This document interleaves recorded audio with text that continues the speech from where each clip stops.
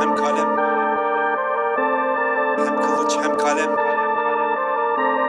hem kılıç hem kalem.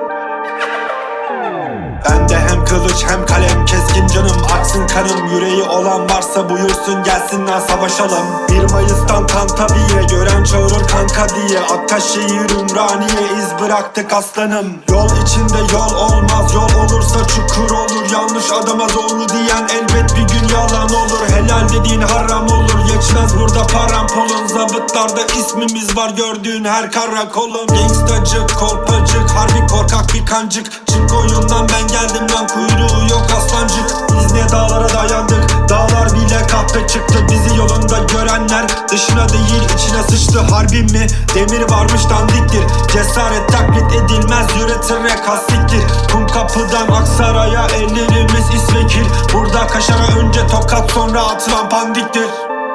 Onlar kahpe, kafamda maske, kıskanırlar hep. Kafa firar rap, kafamda var hep. Kafamda ahenk, yolumda aşık, yolumdalar hep.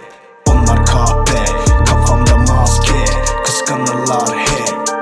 Alfa firar rap, kafamda var hep. Kafamda ahenk, yolumda aşık, yolumdalar hep. Sıkıcı bir gettonun içinde kaldım, kaç yıl geçse de sokakta kansız tartışmayı bırakıp yola baktım. Mezarına uğrayıp sula yaptım, çıkışım hızlı, kuruldum artık tutamam ruhum. Koşuyorum tatlım uza bak, hoşnut olamam kancık. Sularım kurşun ağzını yaksın, sanmaya devam et kendini kral. Kafanda patlayan alfa firar, tutsak kalırsa kariyer o hal. Bas bas bağıran korkak kaçar, konuşur durur amcıklar. Üretim seri kansızlar, trapte efendi arsızlar. Populist playlist hazırlar. Onlar kahpe, kafamda maske, kıskanırlar hep.